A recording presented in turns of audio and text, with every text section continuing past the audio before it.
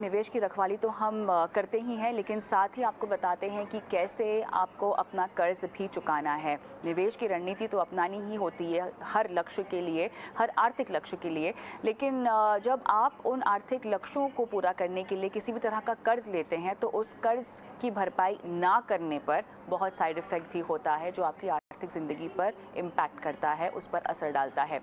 अगर आप लोन की ईएमआई नहीं भरते हैं, और लोन मतलब यहाँ पर car loan, personal loan, home loan, किसी भी तरह का कर्ज आपने अपने ऊपर रखा है, भले ही आपके क्रेडिट कार्ड का बकाया ही क्यों ना हो, ये अगर आप नहीं चुकाते हैं, किसी भी कारणवश आप भूल गए हो या आपके पास पर्याप्त राशि ना हो चुकाने की, मिस हो जाता है, चूक हो जाती है, तो इसके परिणाम क्या क्या हैं, इस पर अब विस्तार से बात करते हैं। आपको बताते हैं, नुस्खा देंगे आपको कि कैसे अपनी ईएमआई कर्ज की पहले तो भूलनी नहीं है, और अगर आप नहीं भी दे पा रहे हैं तो आपके पास क्या क्या विकल्प हैं। Pankaj Matpal, MD Optimum Money Manager हमारे साथ हैं, Anant Ladda founder Invest Aaj for Kal हमारे साथ इस चर्चा में जुड़ गए हैं। आप दोनों का स्वागत है इस खास पेशकश में। पंकज जी, आपके पास आऊँगी सबसे पहले। वैसे तो अगर हम होम लोन जैसे कर्ज की बात करें तो अमूमन एक जो रिटेल लोन लेने वाला शख्स है, जो सैलरीड क्लास है, वो ये सुनिश्चित करता है कि भैया ईएमआई हर महीना चली जाए, वो अपने ऊपर इस ईएमआई को मिस करने की जो आफत है वो नहीं चाहता है। लेकिन फिर भी समझना है मुझे कि जब हम लोन की ईएमआई की बात कर रहे हैं, और यहाँ पर मैं पर्सनल लोन इसीलिए भी फोकस में डाल रही हूँ क्योंकि इसकी तादाद जो है वो पिछले कुछ महीनों में, सालों में बढ़ती हुई हमें दिखाई दी है, क्योंकि एक तो क्विक लोन मिल जाता है आपको, एक आप क्लिक करते हैं और आपको लोन मिल जाता है, तो ऐसे में लोगों का रुझान पर्सनल लोन की ओर बहुत ही ज़्यादा बढ़ गया है। अगर हम इन तमाम कर्ज को समझना चाहें तो मिस कर जाना कितना भारी पड़ सकता है, इसका पहला पहलू, क्योंकि हमारे पास दूसरे मेहमान भी है जो बाकी पहलुओं पर बात करेंगे, पहला पहलू क्या है? कविता नमस्कार। देखिए, दो चीजें हैं। पहली बात यह है कि क्या टेक्निकल कारणों से मिस हुई है ईएमआई, या फिर अकाउंट में पैसे नहीं थे जिसकी वजह से मिस हो गई है। तो यदि टेक्निकल कारण है तो ठीक है, वो दोबारा से पे किया जा सकता है। लेकिन अगर अकाउंट में पैसे नहीं थे और ये पेमेंट नहीं हो पाया तो नुकसान ये है कि एक तो आपको भरना ही है, इंटरेस्ट के साथ भरना होगा, और उसके अलावा आपका उसकी वजह से, क्योंकि जब आपका जो लोन का रिपेमेंट है, ईएमआई है, वो टाइम पर नहीं जाती है, तो बैंक्स या फाइनेंशियल इंस्टीट्यूशंस उसकी रिपोर्टिंग करते हैं क्रेडिट एजेंसीज को। तो सिबिल या इक्विफैक्स जैसे जो एजेंसीज हैं, इनको रिपोर्टिंग होती है, तो उसका आपके प्रोफाइल पर नेगेटिव इफेक्ट पड़ता है। तो एक तो आपको इंटरेस्ट साथ पेमेंट करना है, और साथ ही आपका जो प्रोफाइल है, क्रेडिट वर्दीनेस है, वो आपकी खराब हो रही है, आपका स्कोर खराब हो रहा है, वो फर्क पड़ जाता है। और साथ ही इसके अलावा यह है कि आप जितना लेट करते जाएंगे उतना ही इंटरेस्ट आपका बढ़ता जाएगा। तो इसके लिए समय पर पेमेंट करना बहुत ही जरूरी है। ये मेन आपके नुकसान है यहाँ पर। अनंत मेरे साथ जुड़ गए हैं। अनंत, घर पे गुंडे भी आ जाएंगे क्या? ब्लैकमेलिंग भी होगी अगर ईएमआई मिस हो गई तो? हाँ, सबसे पहले बिल्कुल हो सकता है। सबसे पहले thank you so much for having me on the show, always pleasure to talk to you. बिल्कुल बेसिक से पॉइंट वाइज पॉइंट जाते हुए हम डिस्कस करते हैं क्या होगा। देखिए, आपके ऊपर फाइन इंपोज हो सकता है, आपका अकाउंट एनपीए में चल जाएगा अगर 90 दिन के आपने पे नहीं किया तो। अब लोन्स को सबसे पहले मैं डिवाइड करता हूं, secured loan versus unsecured loan. दोनों की प्रोसीडिंग में थोड़ा सा डिफरेंस होता है।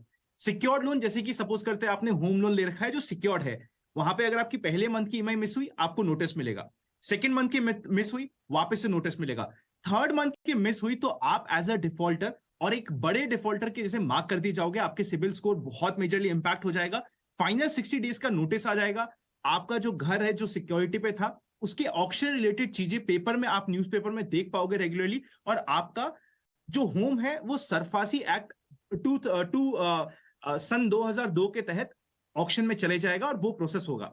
अनसिक्योर्ड लोन है और 3 महीने तक अगर आप पे नहीं करते तो आपका एनपी अकाउंट हो जाएगा और आपके घर में रिकवरी एजेंट आ सकते हैं। सुबह 7 बजे से लेके शाम को 7 बजे तक का टाइम होता है जिस समय वो आ सकते हैं, और रूल्स हैं उनके भी कि वो आपसे बदतमीजी से बात नहीं कर सकते, जिसने लोन लिया है उसके अलावा किसी और फैमिली मेंबर से कोई भी वो कन्वर्सेशन नहीं कर सकते, कोई भी बात नहीं कर सकते, आपको ह्यूमिलिएट नहीं कर सकते। पर जब इन रियलिटी ये चीजें होती है तो हमने कई बार ये भी देखा है कि ऐसे भी पर्सन आपके पास रिकवरी करने आ जाते हैं जो ऑथराइज रिकवरी एजेंट है भी नहीं।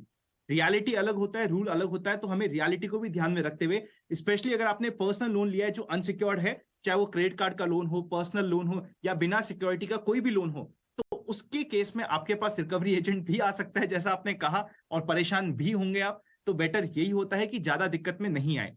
और ना इसमें एक सबसे इंपॉर्टेंट पॉइंट ये होता है, हमें एज ए कस्टमर हमेशा लगता है कि बैंक हमारी दुश्मन है। हम बैंक के पास चले गए, हमने बैंक को असलियत बता दी तो बैंक हमारे और पीछे पड़ जाएगा। बट इन रियलिटी बैंक को भी इन दी एंड पैसा ही रिकवर करना है। अगर आपके पास कोई सिचुएशन आ गई है जो एक्स्ट्रा ऑर्डिनरी है, जिसके कारण आप पे नहीं कर पा रहे, या कोई मिस्टेक हो गई जिसके कारण पे नहीं कर पा रहे, या कोई टेक्निकल डिफॉल्ट हो गया जिसके कारण आप पे नहीं कर पा रहे, बैंक के पास जाइए, उनसे बात करिए और क्लियर शब्दों में बात करिए और सच सच बताइए। उन्हें अपना दुश्मन मत समझिए। अगर आप उन्हें दुश्मन समझेंगे तो वो एक्चुअली आपके दुश्मन ही बन जाएंगे। तो ये सारे पॉइंट्स है जो आपको ध्यान रखने होंगे।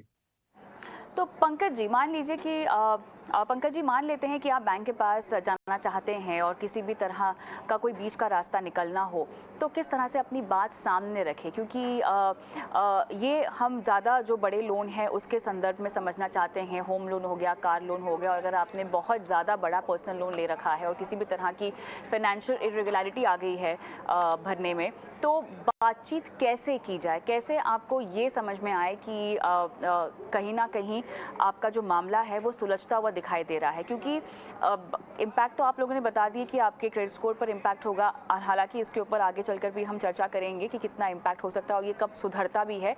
लेकिन लीगल कार्रवाई आपके ऊपर हो सकती है, कई तरह से जो है आपको ब्लैकलिस्ट भी किया जा सकता है अगर आप एक नहीं कई सारी EMIs जो हैं वो भूल जाते हैं पे करना।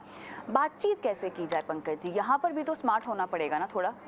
बिल्कुल कविता, देखिए इंपॉर्टेंट ये है कि एक दो EMI अगर आप किसी वजह से रीपे नहीं हो पाई तो उसमें दिक्कत नहीं है। आप एक साथ में पेमेंट कर दीजिए, जो भी बचा हुआ है इंटरेस्ट वगैरह थोड़ा नेगोशिएट भी कर सकते हैं, और वो भी बैंक्स उस बात को एक्सेप्ट कर लेते हैं कि जो पेनल्टी है वो वेव अप कर दी जाए या इंटरेस्ट आपका वेव अप कर दिया जाए, तो ये पॉसिबल है।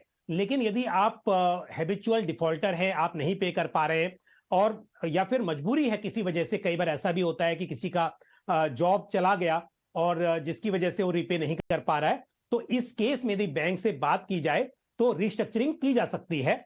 EMI को कम कराया जा सकता है, ये पॉसिबल है। आपका टेन्योर बढ़ जाएगा लेकिन आप EMI को थोड़ा कम करवा सकते हैं, जितना भी पॉसिबल हो सके वो एक तरीका हो सकता है। और इसी तरह से यदि आपके पहले के पैसे नहीं पे हुए और आगे का आप पे कर रहे हैं तो वो भी पॉसिबल है। लेकिन ये ध्यान रहे कि यदि आपकी 2-3 EMI बाउंस हुई हैं और आगे की आप पे कर रहे हैं, तो उस केस में जो इंटरेस्ट है वो ऐसा नहीं है कि जो सब्सिक्वेंट EMI जा रही है वो पहले वाले में एडजस्ट होगी और अगले वाला जो EMI है वो आपकी आउटस्टैंडिंग होगी। ऐसा नहीं होता है, बल्कि जिस वक्त से आपकी EMI पेमेंट नहीं हुआ EMI का, वहां से आपका इंटरेस्ट उस EMI पर कैलकुलेट होता रहेगा, जबकि आप बाद वाली EMI पे कर रहे हैं। इसके लिए ये ध्यान रहे कि अगर एक्सेप्शनल केस में आप नहीं कर पाए तो भी बैंक से बात करें ताकि आपका इंटरेस्ट पे कम से कम लग सके। अदरवाइज होगा ये कि पुरानी EMI के ऊपर आपका इंटरेस्ट बहुत ज्यादा हो जाएगा। और स्पेशली अगर हम व्हीकल लोन की बात करें, 2 व्हीलर हो या 4 व्हीलर हो, तो वहां पर क्योंकि लास्ट में जब आपका पूरी EMI खत्म होने का टाइम आ जाता है और आप बात करते हैं कि हाइपोथिकेशन जो है बैंक का वो हटाना है, उस वक्त पर मालूम चलता है कि आपकी 25वीं EMI बाउंस हुई थी और उसका इंटरेस्ट जो जुड़ा है वो काफी ज्यादा हो गया है। तो आप समय रहते हुए बैंक से नेगोशिएट करें इस बारे में, जिसमें मैंने कहा कि अगर उसको लोन को रिस्ट्रक्चर किया जा सके ताकि EMI थोड़ी कम हो जाए, उससे आपको थोड़ी सी सहूलियत हो सकती है। बिल्कुल। वैसे तो होम लोन देखा जाए तो गुड लोन भी माना जाता है, खासतौर से तब जब आप इसका टैक्स बेनिफिट लेते हैं, क्योंकि अभी तो आपको नए टैक्स रेजिम में इसका बेनिफिट भी नहीं मिलेगा अगर आप नई टैक्स व्यवस्था में शिफ्ट हो गए हैं। अनंत, लेकिन ये बताएं कि किस तरह से अवॉइड करना चाहिए पर्सनल लोन लेना, क्योंकि ये एक लोन है जो पिछले कुछ सालों में काफ़ी ज़्यादा लिया गया है। जहाँ तक NPS की बात है वो भी ज़्यादा इसी तरह के लोन में पाए जा रहे हैं, क्योंकि लोगों ने बहुत ऊँची ब्याज पर पर्सनल लोन भी लिया हुआ है। किस तरह से इसे अवॉइड किया जा सकता है? ऑब्वियसली फाइनेंशियल प्लानिंग एक बहुत बड़ा जरिया है, लेकिन अगर मान ले कि कोई इसमें भी अच्छा नहीं है तो देखिए, सबसे पहले आप ये समझिए कि अगर कोई पर्सनल लोन लेने की बात कर रहा है या फिर ले रहा है, उसके 2 कारण हो सकते हैं। या तो उसको अवेयरनेस नहीं है। अवेयरनेस नहीं है मतलब कि आजकल बहुत सारी एप्स आ गई है जो पर्सनल लोन दे देती है और हमें पता भी नहीं होता कि हमने पर्सनल लोन ले लिया है। मैं किसी ऐप का नाम नहीं लूंगा, कुछ ऐप्स तो यहाँ पे बैन भी हो चुकी है, बट अनफोर्स्ड अनक्लेम्ड हमें पर्सनल लोन चिपका दिया जाता है, हमें पता भी नहीं होता कि हम लोन ले रहे हैं। तो कई बार हमारी लैक ऑफ नॉलेज की वजह से हम लोन ले जाते हैं, और दूसरा होता है कि हम लोन लेने की जरूरत है बिकॉज मेरी फाइनेंशियल सिचुएशन इतनी खराब है कि अगर मैंने ये लोन नहीं लिया तो मैं खुद दिक्कत में आ जाऊंगा। अगर पहले केस की बात करी जाए तो वहां पे सिंपल सा यही चीज है, अननेसेसरी कोई भी ऐप को डाउनलोड मत करिए जो आपको कोई भी XYZ प्रमोट कर रहा है। ऑफ लेटली कुछ इन्फ्लुएंसर्स, कुछ सेलिब्रिटीज भी ऐसी ऐप को प्रमोट कर रहे हैं जो इन दी एंड कस्टमर को ले दे के पर्सनल लोन ही दे रहे हैं, और वो भी हाई रेट ऑफ इंटरेस्ट पे दे रहे हैं। तो इन चक्रों में मत पड़िए, खुद अवेयर बनिए और खुद सोचिए कि क्या चीज आपके लिए एक्चुअली रिक्वायरमेंट है। और अगर किसी फाइनेंशियल टूल की आपको एडिशनल रिक्वायरमेंट नहीं है, अननेसेसरी चीजों को कॉम्प्लेक्स मत करिए। सेकेंड, अगर आप इसलिए पर्सनल लोन ले रहे हैं बिकॉज आप एकदम फर्स्ट होके आपके पास फाइनेंसेस एकदम खराब है, तो मैं उस सिचुएशन में आके आपके सामने बोलूं कि नहीं पर्सनल लोन मत लो, ये खराब होता है, तो मैं गलत होऊंगा। मैं सिर्फ उस समय ये जरूर बोल सकता हूं कि आप अपने एक बार लोन्स को वापस से रीप्लान करिए। कई बार क्या होता है, हम हर बड़ी में पर्सनल लोन ले लेते हैं, पर एट द सेम टाइम हमारे पास कुछ लॉन्ग टर्म FDs पड़ी होती है जो unnecessary come rate of interest पे पड़ी, और हम दूसरी तरफ लोन लेते जा रहे हैं। तो ऐसी गलती ना हो, उसके लिए अपने प्रॉपर्ली फाइनेंसेस को चेक करिए। कई बार आपके पास FDs पड़ी होगी, कुछ लिक्विड फंड में पैसा पड़ा होगा, कुछ ऐसा डेट फंड में पैसा पड़ा होगा जो अभी फ्री है, जिसको आप यूज कर सकते हैं instead of taking personal loan. उसको यूटिलाइज करने की कोशिश कीजिए ताकि आपका रेट ऑफ इंटरेस्ट जो इफेक्टिव आपके ऊपर लगने वाला है वो कम हो। इफेक्टिव रेट ऑफ इंटरेस्ट कम हो कैसे होगा? फॉर एग्जाम्पल, अगर आप FD में आपको 7% का रेट ऑफ इंटरेस्ट मिल रहा था, तो आप अगर उसको यूटिलाइज करते तो 7% आपको रेट ऑफ इंटरेस्ट नहीं मिलेगा। सिंपल एज दैट, आपकी कॉस्ट ऑफ कैपिटल वहां पे आ गई 7% की। इसी के अगेंस्ट में अगर आप पर्सनल लोन ले रहे हैं जो आपको 13%, 14% या इवन 15% पे जा रहा है, तो उन लोन्स में इवन क्रेडिट कार्ड के लोन्स तो 25, 30% तक भी चले जाते हैं। तो उस लोन से बेटर होता है कि आप लेस कॉस्ट ऑफ कैपिटल वाले लोन को यूटिलाइज कर लें। तो एक बार बैठ के लोन लेने से पहले प्रॉपर्ली अपने फाइनेंसेस चेक करिए, और अगर कारणवश लेना भी पड़ रहा है तो मैं ये नहीं कहूंगा कि आप सब कुछ छोड़ दीजिए, बिल्कुल आप नहीं ले सकते। अगर ऐसी एक्सट्रीम सिचुएशन आ गई है तो जितना हो सके जल्दी से जल्दी उसको रीपेमेंट का प्लान कीजिए। इवन एट टाइम्स, मैं बहुत हार्ड स्टेटमेंट बोलने वाला हूं नेक्स्ट, इवन एट टाइम्स आपके पर्सनल लोन पे करने के लिए आपको 3 से 4 महीने की, 2 महीने की, 3 महीने की अपनी SIPs को पॉज करने की जरूरत तो पड़ रही है, कर दीजिए। पहले लोन्स को पे कीजिए, उसके बाद प्रॉपर्ली अपने इन्वेस्टमेंट की तरफ जाइए। चलिए, तो यहाँ पर हमने आपको काफ़ी विस्तार से बताया कि कैसे एक तो आपको अपनी EMI मिस नहीं करनी है, लेकिन अगर आपके ऊपर कोई कर्ज है तो उसकी भरपाई के लिए आपको किस तरह से तैयारी कर लेनी चाहिए। फिलहाल रुकेंगे छोटे से ब्रेक के लिए। हमारे मेहमान हमारे साथ जुड़े हुए हैं क्योंकि ब्रेक के उस पार दर्शकों को इंतज़ार है अपनी फाइनेंशियल पोर्टफोलियो के जवाब का, और एक एक करके दर्शकों से जुड़ेंगे और उनकी निवेश रणनीति तय करेंगे इस ब्रेक के।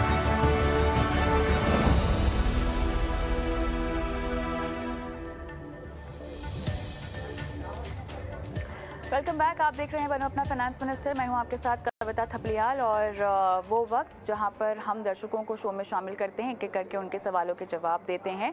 हम दर्शकों के साथ जुड़े उससे पहले हमारा जो WhatsApp नंबर है जिसके ज़रिए आप हम तक पहुंच सकते हैं वो आपको बता देते हैं। ये एक्सक्लूसिवली बनो अपना फाइनेंस मिनिस्टर का WhatsApp नंबर है, और 9619873567 इस नंबर पर आप अपने सवाल लिखित रूप में भेज सकते हैं, व्हाट्सएप कर सकते हैं। अगर आप चाहें तो अपने सवालों का वीडियो बना सकते हैं और वो वीडियो आप इस नंबर पर अपलोड कर दें। हम आपका वीडियो टीवी पर दिखाएंगे और साथ ही हमारे साथ जो लाइव एक्सपर्ट होंगे वो आपके सवालों के जवाब देंगे, कराएंगे आपकी लाइव फाइनेंशियल प्लानिंग। चलिए, तो पंकज मटपाल और अनंत लद्दा हमारे साथ जुड़े हुए हैं। पहला सवाल पूछने के लिए हमारे साथ प्रवीण सकपाल जुड़ गए हैं, जो कि अनंत, चलिए ये प्रवीण नहीं जुड़ पाए हैं हमारे साथ, लेकिन इनका सवाल हम ले लेते हैं। अनंत, अगर अब ये जुड़ें तब इनसे और बातचीत होगी। 6 साल की इनकी बेटी है और बेटी के सुनहरे भविष्य के लिए इन्हें निवेश करना है। 2000 रुपये हर महीना ये कह रहे हैं कि ये लगा सकते हैं, 20 साल तक लगाना चाहेंगे और उसी के लिए म्यूचुअल फंड में रणनीति जानना चाहते हैं। अनंत, देखिए, सबसे पहले तो आप अभी से इन्वेस्टमेंट की बात कर रहे हैं, बहुत अच्छी बात है। अगर आप 12% का एक्सपेक्टेड रेट ऑफ रिटर्न लेते हैं तो 20 साल में आपका कॉर्पस 20 लाख रुपए तक का पहुंच सकता है, जो एक साइजेबल कॉर्पस हो जाता है। क्योंकि हमारा टाइम होराइजन बहुत बड़ा है, तो एक कैटेगरी होती है मल्टी कैप कैटेगरी, जो आपके लिए काफी इंटरेस्टिंग हो सकती है। सो मल्टी कैप कैटेगरी का फंड आप चूज कर सकते हैं अपनी रिस्क एपेटाइट को ध्यान रखते हुए, और ये आपका एक सूटेबल प्लान बन जाएगा। ऑलराइट, थोड़ी सी अगर बातचीत होती तो हम और भी इनसे जानकारी ले पाते अगर ये अपनी निवेश राशि को बढ़ाना चाहें तो, लेकिन क्योंकि बेटी के भविष्य की बात हो रही है, सुकन्या समृद्धि में आप इनको निवेश करने की सलाह देंगे अगर इनकी क्षमता हो तो?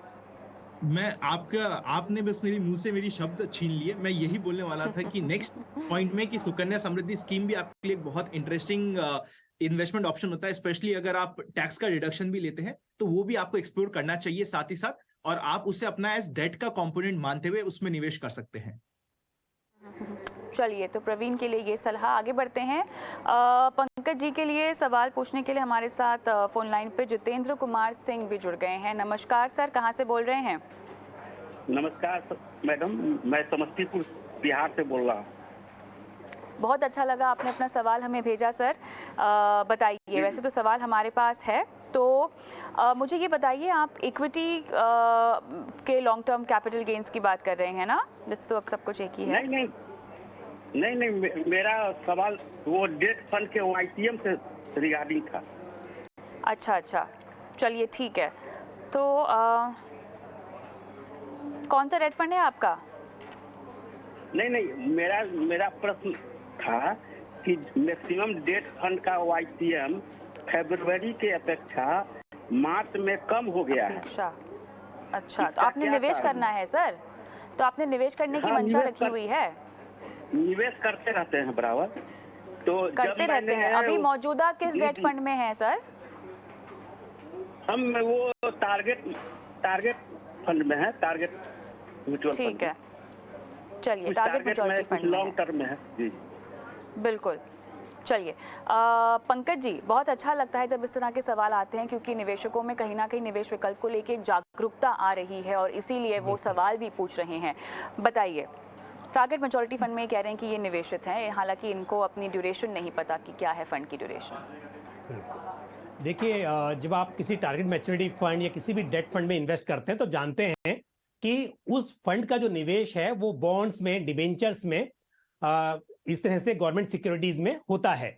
अब क्योंकि रेट ऑफ इंटरेस्ट जब चेंज होते हैं तो उसकी वजह से आपके बॉन्ड का जो प्राइस होता है वो चेंज होता है, और इस वजह से आपकी जो यील्ड टू मैच्योरिटी है उस पर फर्क पड़ता है। लेकिन जब आप बात करें स्पेशली टारगेट मैच्योरिटी फंड की, तो यहां पर एक खास बात है कि जो अंडरलाइंग सिक्योरिटी है जहां पर उस फंड ने इन्वेस्ट किया है उसकी मैच्योरिटी और आपके फंड की मैच्योरिटी ऑलमोस्ट सेम होगी। यानी कि जो बॉन्ड्स में, गवर्नमेंट सिक्योरिटीज में इन्वेस्ट किया हुआ है वो उससे पहले मैच्योर हो जाएंगे। तो यानी कि इस वक्त पर जो आप YTM देख रहे हैं वो मार्क टू मार्केट है, लेकिन यदि आप पूरे समय तक वहां रुके रहेंगे तो आपको जो इनिशियली जिस वक्त पर वो ओपन हुआ था उस टाइम पर उसकी जो यील्ड टू मैच्योरिटी थी उसके आसपास के रिटर्न आपको मिलेंगे। तो इस पर ये मार्क टू मार्केट को देखते हुए घबराने की जरूरत नहीं है।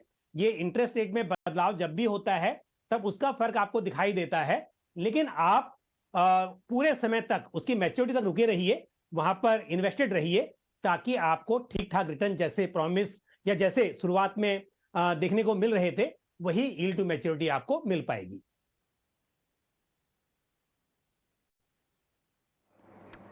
चलिए, आगे बढ़ते हैं अगले सवाल की ओर।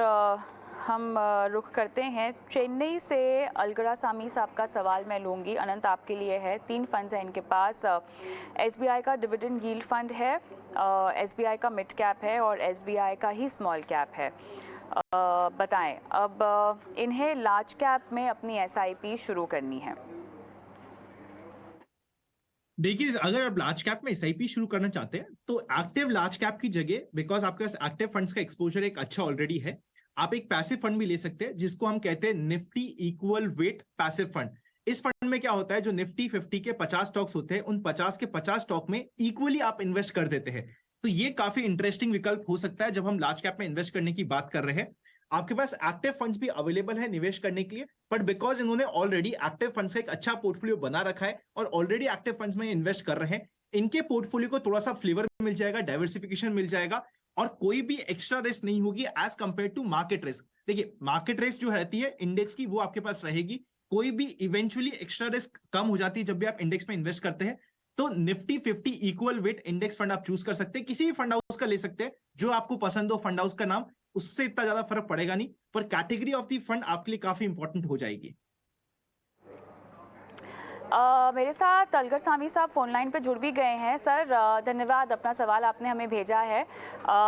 मुझे ये बताइए, आपने केवल SBI AMC को ही क्यों चुना अपने सभी फंड्स के लिए?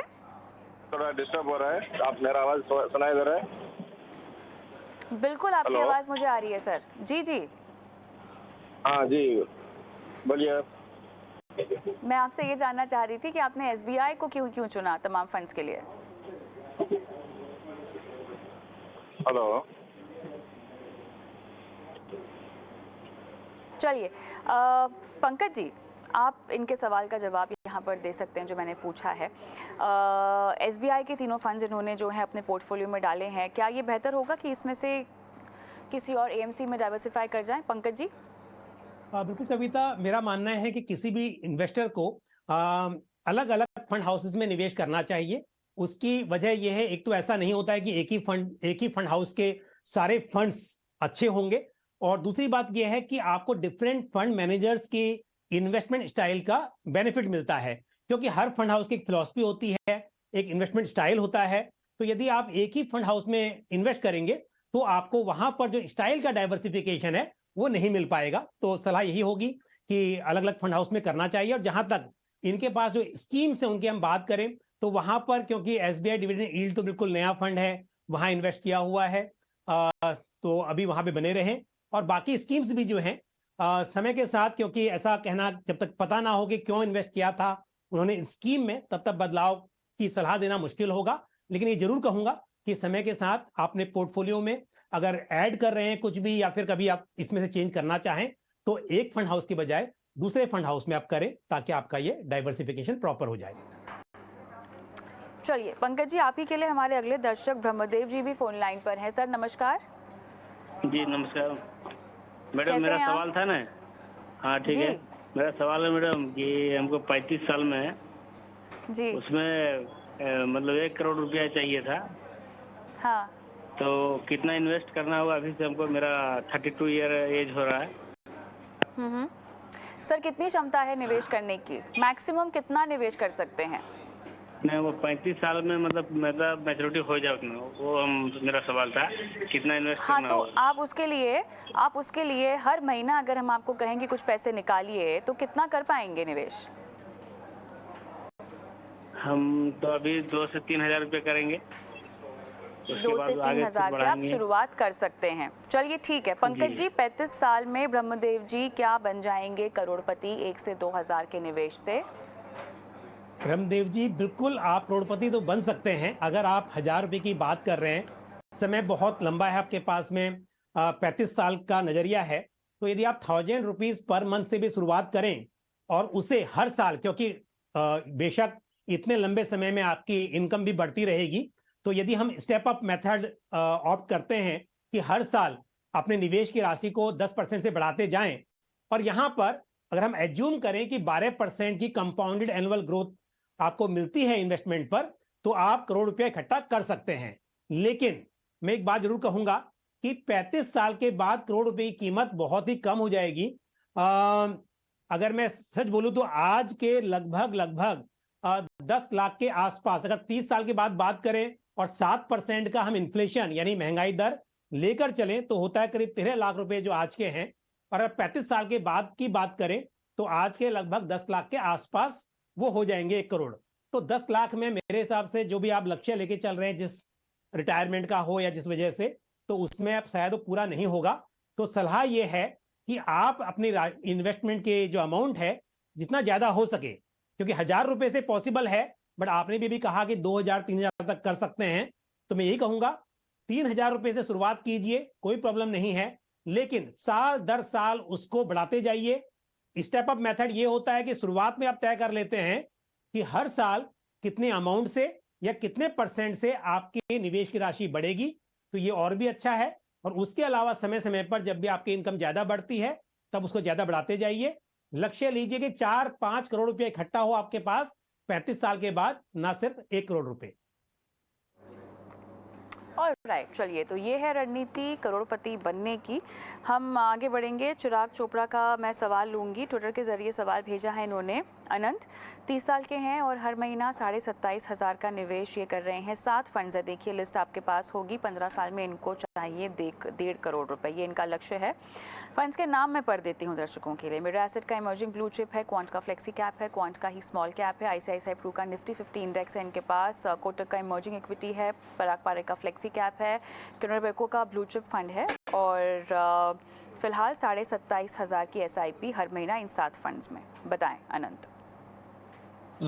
कविता जी, इससे पहले कि हम इस क्वेश्चन की बात करें, लास्ट वाले क्वेश्चन में हमने देखा था कि हमारे जिन्होंने सवाल पूछा था उन्होंने तीनों के तीनों फंड एसबीआई के ले रखे थे।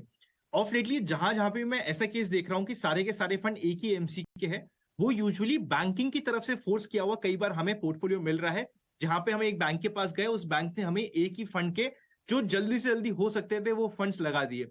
तो इस सिनेरियो में एक चीज अच्छी ये हो गई है आपके साथ कि एटलीस्ट आपने इन्वेस्टमेंट स्टार्ट कर दिया है। दूसरी चीज अच्छी ये हो गई है कि आपने ईटी नाउ पे आके अपना सवाल पूछ लिया है, तो आप एक क्वेरीसिटी के साथ बात कर रहे हैं और यहाँ पे आप अपने पोर्टफोलियो को इंप्रूव करना चाहते हैं। तो बिल्कुल आपको इंप्रूव करना चाहिए। उस केस में आपने शुरुआत तो कर दी है, चाहे कहीं से भी करी हो, अब बेटर करते जाएंगे।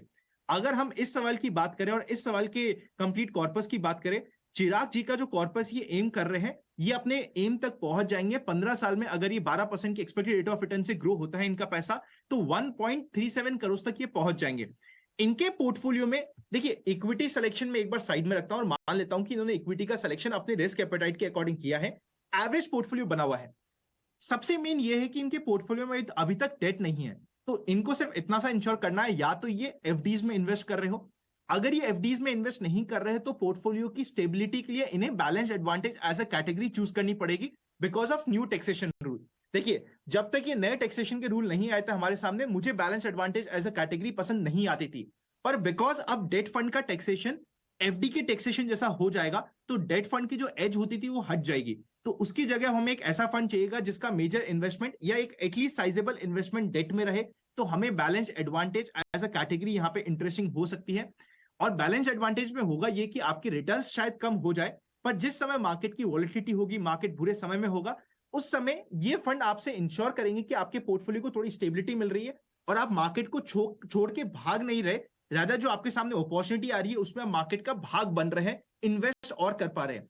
जब हमारा पूरा पोर्टफोलियो इक्विटी में होता है, जब तक मार्केट बढ़ रहा होता है, जैसे अभी चल रहा है, अभी के पिछले 1-1.5 साल से थोड़ा सा शांत ही है, बढ़ नहीं रहा तो टूट भी नहीं रहा, जहां है वहीं पे है। बट जब भी मार्केट में मेजर करेक्शन होता है, 30% से ऊपर का करेक्शन हम मार्केट में देखते हैं, उस समय हमारा मार्केट से भरोसा हट जाता है। उस भरोसे को मेंटेन करने के लिए और इंश्योर करने के लिए हमारा वो भरोसा बना रहे, हमारा पोर्टफोलियो का इन्वेस्टमेंट डेट में होना चाहिए। तो इंश्योर कीजिए कि आप थोड़े से डेट फंड्स को यहाँ पे ऐड कर सके। बाकी ओवरऑल पोर्टफोलियो इनका स्टेबल है, ठीक है। एक कैटेगरी ये जो ऐड कर सकते हैं अपने पोर्टफोलियो में, लार्ज कैप की जगह ये थोड़ा सा मल्टी कैप की कैटेगरी को एक्सप्लोर कर सकते हैं, जो मुझे पर्सनली बहुत एक्साइट करती है, बिकॉज वहां पे आप मिड कैप, स्मॉल कैप और लार्ज कैप तीनों में मिनिमम आपका 25% का निवेश हो जाता है, एंड रेस्ट 25% आप अपने फंड मैनेजर को कॉल देते हैं कि वो कौन से कैप में इन्वेस्ट करना चाहता है।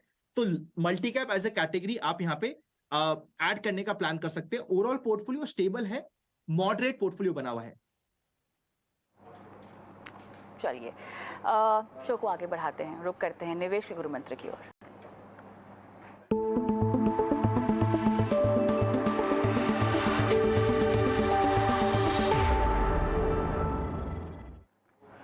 पंकज जी बताइए, क्या है आपका आज का निवेश गुरु मंत्र?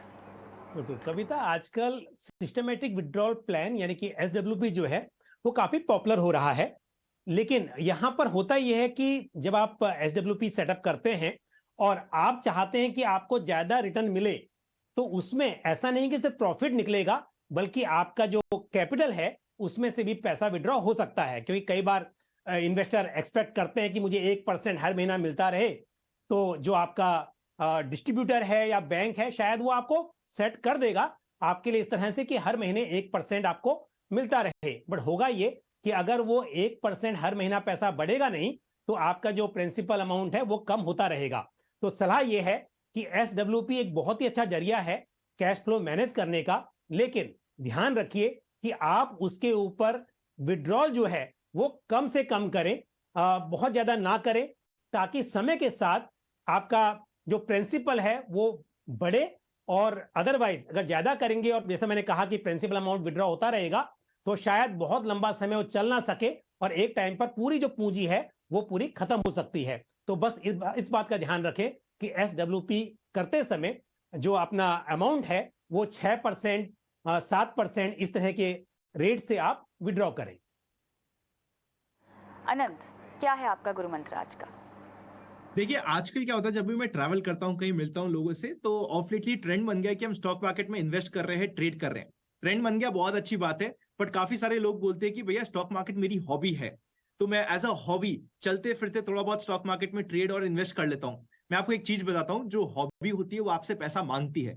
फॉर एग्जाम्पल, मेरी हॉबी है क्रिकेट खेलना, तो क्रिकेट के लिए मेरे को ट्यूटर रखना होता है। मेरी हॉबी है बैडमिंटन खेलना, तो उसमें मेरा पैसा लगता है। तो अगर आपने अपनी हॉबी के जैसे मार्केट को लिया कि भाई ये मेरी हॉबी है, चलो थोड़ा मजे कर लेंगे, थोड़ा टाइम पास कर लेंगे, तो फिर आपका वहां पे पैसे लगने की प्रोबेबिलिटी बढ़ जाती है। तो स्टॉक मार्केट को एज अ हॉबी मत लीजिए, स्टॉक मार्केट को एज अ बिजनेस लीजिए। जब आप बिजनेस करते हैं तब आपको बीच में लॉस भी होता है, प्रॉफिट भी होता है, पर आपने प्रोसेस पे फॉलो करते हैं और प्रोसेस पे बने रहते हैं और उसको कंटिन्यू रखते हैं, चाहे वो आपको पसंद हो या ना हो। हॉबी में तो ये होता है कि आज मेरी हॉबी ये है, कल मेरी मूड चेंज हो गया, मेरी हॉबी चेंज हो गई, मैं इस मार्केट को छोड़ के किसी और मार्केट में चले गया और पता चला जिस समय मैं किसी और मार्केट में गया उसी समय इस मार्केट के चलने का समय था। तो स्टॉक मार्केट को एज अ हॉबी नहीं, एज अ बिजनेस परस्यू कीजिए।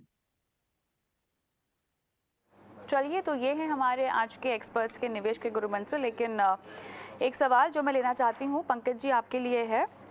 सुदीप शर्मा ने अपना सवाल भेजा है, और मल्टी एसेट म्यूचुअल फंड या हाइब्रिड कैटेगरी का फंड में से किस में इनको निवेश करना चाहिए, इनका ये सवाल है। इनके पास एक पोर्टफोलियो है जिसमें कह रहे हैं कि 8 म्यूचुअल फंड की स्कीम्स हैं, small, mid cap, large cap, flexi cap की स्कीम्स हैं इनके पास। अब इसके अलावा इनको एक मल्टी एसेट फंड भी चाहिए, और या हाइब्रिड, दोनों में से कौन सा सही, बताइए। मतलब देखिए, जो मल्टी एसेट एलोकेशन फंड की कैटेगरी है वहां पर मिनिमम 3 एसेट क्लास में इन्वेस्टमेंट करना जरूरी है, और हर एसेट क्लास में मिनिमम 10% एलोकेशन, टोटल जो एसेट है उसका 10% ईच एसेट क्लास में करना होता है। लेकिन देखा जाता है कि इक्विटी का टैक्सेशन मिल पाए, यानी कि टैक्स एफिशिएंट बनाने के इरादे से यहां पर जो इक्विटी एलोकेशन है वो 65% या उससे अधिक होता है। तो क्योंकि यहां पर सुदीप जी का कहना है कि उनके पास ऑलरेडी इक्विटी में कई स्कीम्स हैं, तो इस बात को ध्यान में रखते हुए मेरी सलाह यह होगी कि उन्हें मल्टी एसेट एलोकेशन में इन्वेस्ट करने के बजाय एक बैलेंस एडवांटेज फंड में करना चाहिए, जहां पर उन्हें डेट का एलोकेशन ज्यादा मिल जाएगा। तो ICICI prudential balance advantage fund या आदित्य बिरला सन लाइफ बैलेंस एडवांटेज फंड, इन फंड्स में निवेश कर सकते हैं। और साथ ही उन्हें गोल्ड में इन्वेस्ट अलग से करना हो तो गोल्ड ईटीएफ या gold fund of funds scheme में इन्वेस्ट किया जा सकता है। ऑलराइट, चलिए, तो ये सलाह है सुदीप शर्मा के लिए, और इसी के साथ शो को भी समाप्त करने का समय हो गया है। पंकज जी आपका, अनंत आपका बहुत बहुत धन्यवाद, समय निकाला, दर्शकों का मार्गदर्शन किया उनके फाइनेंशियल पोर्टफोलियो पर। मुझे भी इजाज़त है, लेकिन जाते जाते हमारा व्हाट्सएप नंबर एक बार फिर से मैं स्क्रीन पर छोड़े जा रही हूँ, ताकि आप हम तक पहुँचें, अपने सवाल हम तक पहुँचाएँ। नमस्कार।